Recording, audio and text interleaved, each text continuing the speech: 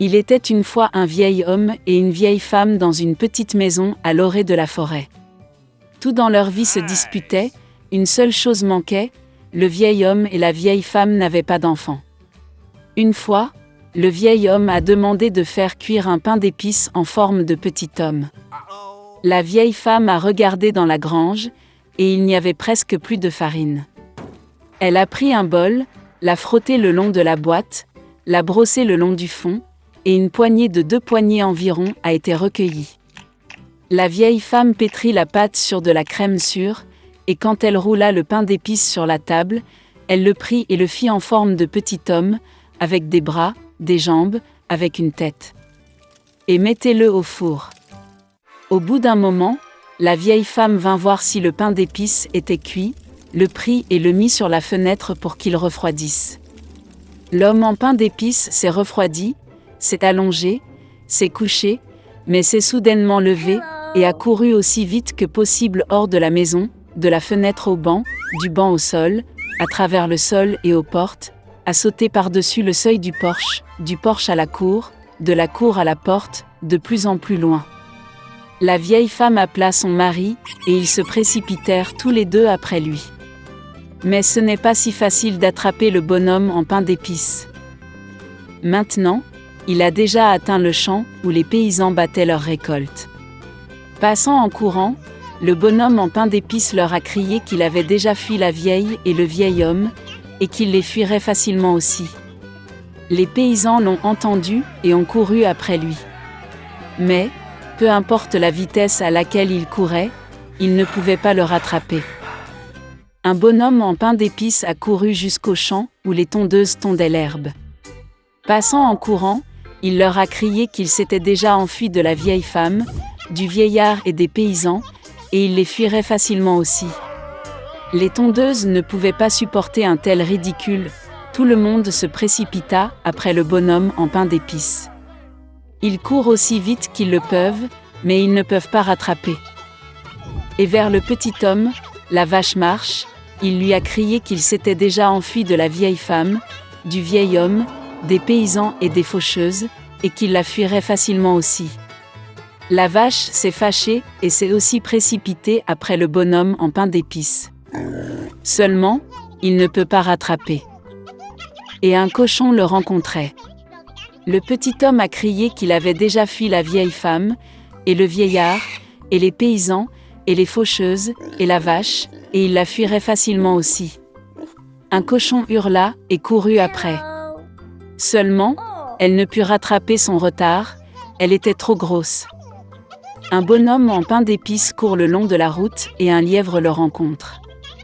Le petit homme a dit qu'il s'était déjà enfui de la vieille femme, du vieillard, des paysans, des tondeuses, de la vache et du cochon, et il le fuirait facilement aussi. Le lièvre entendit cela et courut après lui. Il ne peut pas non plus rattraper le petit homme, seul le lièvre l'a vu. Un bonhomme en pain d'épices court et un loup le rencontre. « Je vais vous manger », dit. Et le petit homme lui répondit qu'il avait déjà fui la vieille femme, et le vieillard, et les paysans, et les faucheuses, et de la vache, et du cochon, et du lièvre, et il le fuirait facilement aussi. Le loup grogna et se précipita sur l'homme en pain d'épices, et il esquiva et courut aussi vite qu'il le put. Seul le loup l'a vu. Un bonhomme en pain d'épices court et un énorme ours le rencontre. Son petit homme n'avait pas peur, mais criait qu'il avait déjà fui la vieille femme, et le vieil homme, et les paysans, et les tondeuses, et de la vache, et du cochon, et du lièvre, et du loup, et il s'enfuirait facilement de lui aussi. Un ours féroce lui tapa du pied et courut après lui. Mais l'ours était trop lent pour rattraper le bonhomme en pain d'épices. Un bonhomme en pain d'épices court et un renard le rencontre. Le renard était très rusé, mais le petit homme ne le savait pas. C'est pourquoi, par habitude, il se mit à crier qu'il avait déjà fui la vieille femme, et le vieillard, et les paysans, et les faucheuses, et de la vache, et du cochon, et du lièvre, et du loup, et de l'ours, ce qui signifie il la fuira facilement aussi. Le renard a écouté la fin, et a dit qu'elle était très vieille, n'a rien entendu. Elle s'approcha du petit homme et lui demanda de le répéter. Obéit à son idiot de bonhomme en pain d'épices et recommença à se vanter. Le renard a écouté la fin et a dit qu'elle n'avait toujours rien entendu. Elle s'approcha encore plus du petit homme et lui demanda de le répéter. Le bonhomme en pain d'épices a accepté, et alors seulement il a recommencé, alors que le renard se jetait sur lui et mangeait. Et le bonhomme en pain d'épices ne se vantait plus. Le vieux monsieur Scrooge n'avait depuis longtemps aimé rien ni personne d'autre que son propre argent. Il ne comprenait pas la joie que Noël et le nouvel an apportaient aux autres. Par conséquent, à la veille des vacances, le vieil homme a refusé de laisser son assistant quitter le travail plus tôt, qui voulait acheter un cadeau pour son fils. Monsieur Scrooge a même refusé l'invitation de son neveu de célébrer Noël avec sa famille et a également refusé de donner de l'argent pour aider les enfants dans le besoin. Le vieil homme ferma son bureau tard dans la soirée et rentra chez lui. Et puis, dans sa chambre, des choses étranges ont commencé à se produire. Un vent soufflait de quelque part, le tonnerre grondait, et soudain le fantôme de son compagnon, décédé à Noël dernier, apparut devant lui. Monsieur Scrooge avait très peur et ne comprenait pas ce qui se passait. L'esprit a dit qu'après sa mort, il a été puni pour ne pas faire le bien et ne pas aider les gens de son vivant. Il ne voulait pas que le vieil homme subisse le même sort. Il prévint donc Scrooge que 3 autres fantômes lui rendraient bientôt visite. Après ces mots, l'esprit a disparu. Le vieil homme a prétendu que rien ne s'était passé. Mais bientôt, le fantôme d'un enfant est apparu devant lui. Monsieur Scrooge a été abasourdi parce que c'était l'esprit de ces dernières années. Le fantôme les a transportés comme par magie dans le passé. Le vieil homme se voyait comme un petit garçon dans la ville où il est né et a grandi. Il décorait le sapin de Noël et il s'est beaucoup amusé. Puis Monsieur Scrooge s'est vu dans sa jeunesse, le jour où, plein de joie et d'espoir, il a proposé à sa bien-aimée. Après cela, le vieil homme s'est vu mûrir.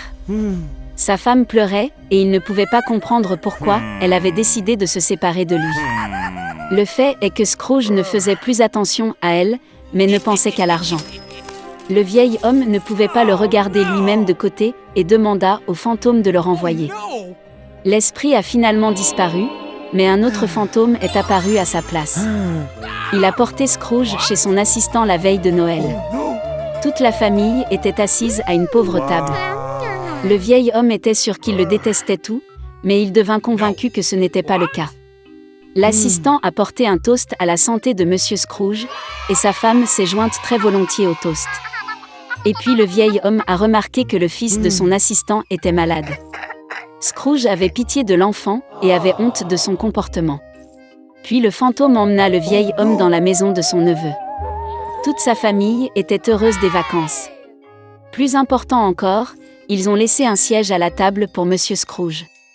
Le vieil homme ne s'attendait pas à voir ça, il pensait toujours que toute la famille le détestait.